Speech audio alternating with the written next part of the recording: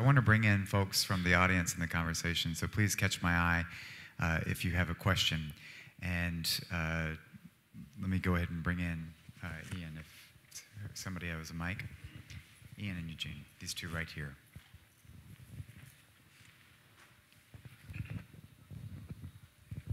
Thanks. Ian Brzezinski from the Atlantic Council.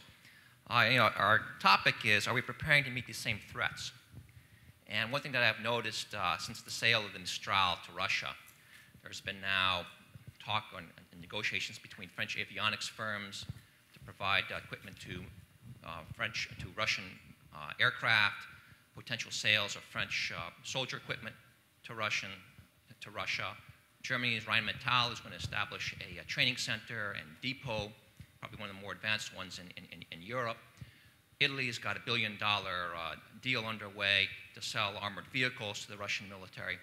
I have this image of Zapad 2014 occurring here on the border in Eastern Europe, with Russians trained up on German equipment, using French equipment, driving around in Italian jeeps, with the Mistral facilitating amphibious assault training.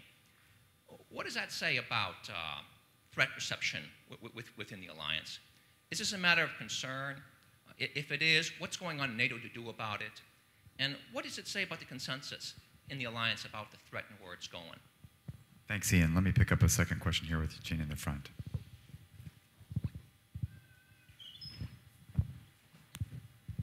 I have a question to Secretary Wroclaw. Sunday we had fun only an hour ago having a session on European security and defense policy. Are you worried about it? Are you worried that NATO will somehow become second to a new baby, or do you think it's not non-go anyhow, knowing that the Europeans cannot agree on those matters anyhow? I'm going to add a third question to that and then come back to the panel to answer this. Maciej put out a vision. Secretary Gates has put out a strong warning about the trajectory we're headed. Zsolt, you mentioned the importance of pooling and sharing. Maciej, you put out a more ambitious vision of consolidation among European defense. One of the concerns that we've had is, in an age of defense austerity, is the alliance just tinkering at the margins of a real fundamental problem on spending and defense in Europe? And shouldn't we really be talking about substantial consolidation, not just multinational cooperation, but a European army, a European air force, a much more serious merger? As the tinkering on the margins with pooling and sharing, is that sufficient for the challenge we're facing right now? So if we could pick up those three questions. Do you want to start, Sandy? Okay. To you, Zsolt. Well, first to Ian Brzezinski's question, I think that it's important that there be consultations when these kinds of potential transactions are considered. We do say Russia is increasingly becoming a partner, that we're working more and more with Russia on some of the common security threats. They've been extremely helpful in Afghanistan over the last couple of years with the Northern Distribution Network, with providing their equipment to help build up the Afghan Air Force.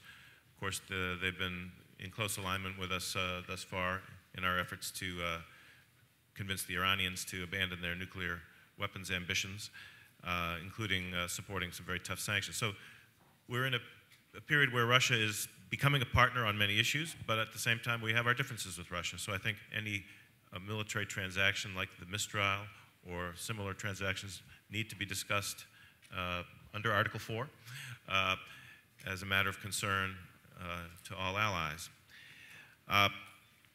On Professor Smolar's question on European security and defense, I think that the Obama administration, and I think it's not the first, takes a fairly positive attitude towards efforts by Europe to play a more active role. We have arrangements in place that allow NATO to support in terms of planning for European-led operations, and I think it would be a healthy situation if there's more capability in Europe to actually carry out some military operations without requiring the full engagement of NATO. we should decide what those situations are collectively. But I think the real question is, will you get more capability, or is it a zero-sum game? Because right now, there's a single pool of capabilities, and if something is being done in the European framework, it may actually reduce the capabilities available to NATO for its ongoing operations. So I think that's where we would have some concern. Is there going to be some kind of decrement to the capability available to NATO to carry out its ongoing operations? But in principle, if it's worked out in a collegial way between the two institutions, it can actually add to the range of options for responding to different sorts of crises in the future. On the pooling and sharing and what Secretary General Rasmussen has called smart defense, we think it is an important initiative. It was endorsed at the Lisbon Summit to develop more initiatives in which nations can get together and perhaps get more capability for their euro or for their dollar by collaboration. It could be simply collective procurement, as was the case with the C-17 consortium, where several nations pool their resources to buy a particular asset, which they then can use on a shared basis. It's like a timeshare on your condominium in the Mediterranean. There may be other cases where joint R&D could be far more achievable by several countries working together, or several defense firms from different countries working together, than if one country tried to do it alone. But I think Secretary Gates has stressed that at the end of the day, these smart defense initiatives can only do so much. They're not a panacea. And that the fundamental issue of resources is going to have to be addressed in the not too distant future. Certainly, in the midst of the financial crisis, we're still getting out of it. We're not expecting dramatic upturns in allied defense budgets, but I think looking out over the next 5 or 10 years, this issue of resources is going to have to be addressed. Smart defense can maybe achieve more efficiency and maybe promote more solidarity. There's the political benefits as well, but at the end of the day, resources is the big question. Okay. And so to you on arms sales to Russia, on European defense as a viable path.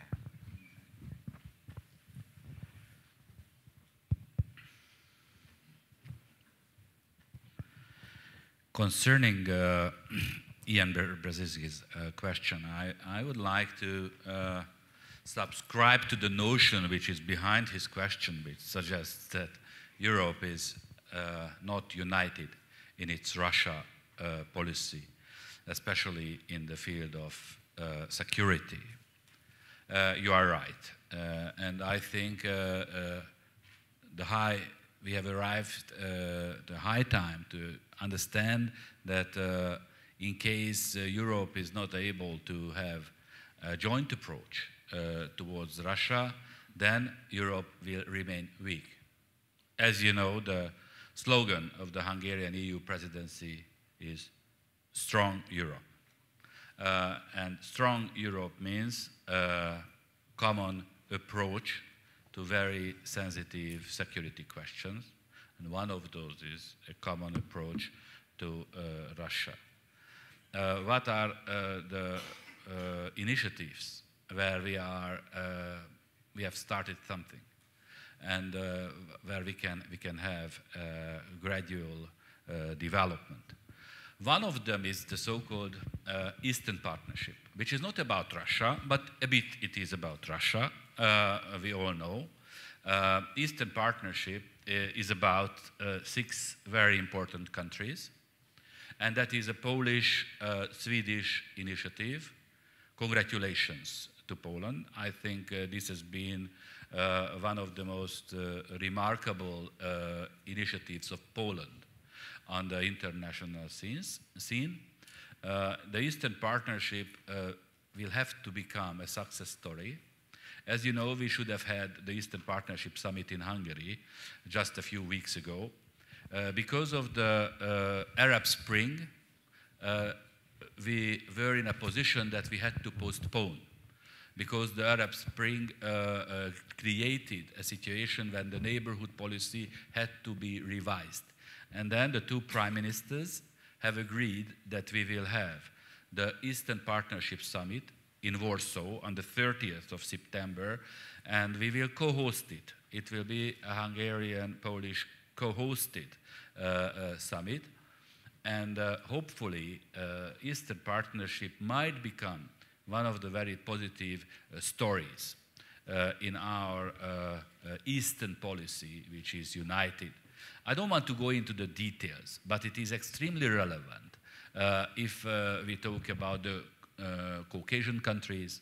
You know, we all know what happened with Georgia recently. Or if we talk about the other Eastern countries, Ukraine, Belarus, Moldova, the frozen conflicts which are the subject of the Eastern Partnership dialogue, and hopefully it will have a more political wing in the future as we plan to. So it is crucial.